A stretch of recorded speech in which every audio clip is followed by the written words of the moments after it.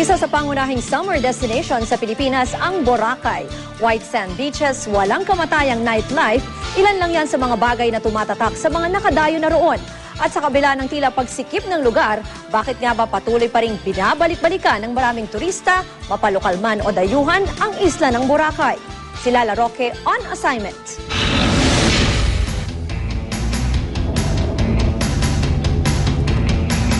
Tuwing magkakapromo raw ang isang airline, numero 1 sa listahan ng destinasyon ni James ang Boracay. At sino nga bang hindi mahahalina sa ganda ng isla?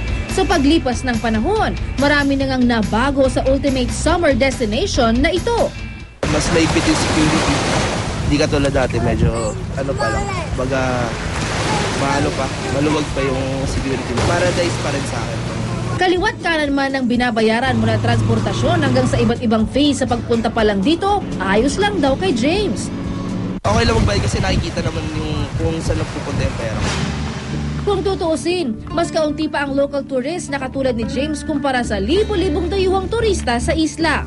Noong 2011, we have 908,874 tourist arrival, foreign and local. So this year, 2012, January, 110,518. Tapos, nung February naman is 95,559. So this year, tumaas siya talaga.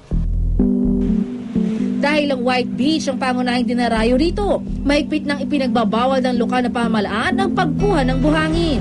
1,500 pesos ang multa sa sino mang mahuhuli. Imagine mo, if we have like 900,000 tourists, no? 10% lang kumuha, no? Maglagay doon sa lalagyan ng tubig. So that's almost 9,000 na ganun. Ang daming nawawalang buhangin.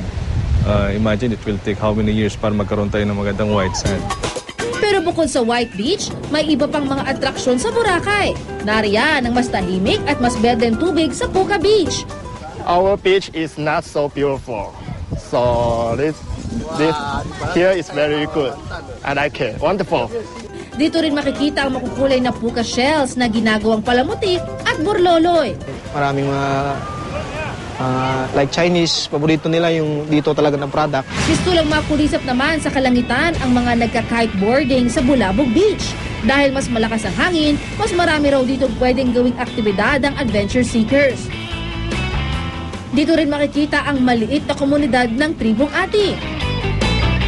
At hindi lang din sa beach pwedeng mag-enjoy. Hanggang sa mainland ng isla may hatid din kasiyahan.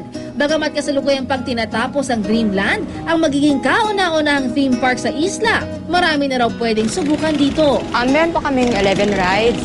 Bali yung una po is yung bumper car, tapos yung squirrel, yung biking, mini biking, tapos yung nasa likuran ko po yung Aladino. Sakay ng buggy car, ihatid ka hanggang sa pinakatuktok ng bundok kung saan matatanaw ang makapigil hiningang view ng buong isla. Tila makatotohanan ng mga larawan naman ang umaaliw sa mga bisita ng Trick Art Museum. Likha mismo ng Boracay local artist ang malalaki at makukulay na 3D artworks na patok sa mga turista. Masaya na rin kami dahil nakikita namin yung mga bisita. Masaya silang nagpapakuha ng mga picture. Dahil sa abalang buhay sa lungsod, natural lang para sa mga turista ang manabik sa mapayapa at relaxing na bakasyon. At dito sa isla ng Boracay, patuloy nilang nararanasan ang paraiso. Lala Roque, GMA News.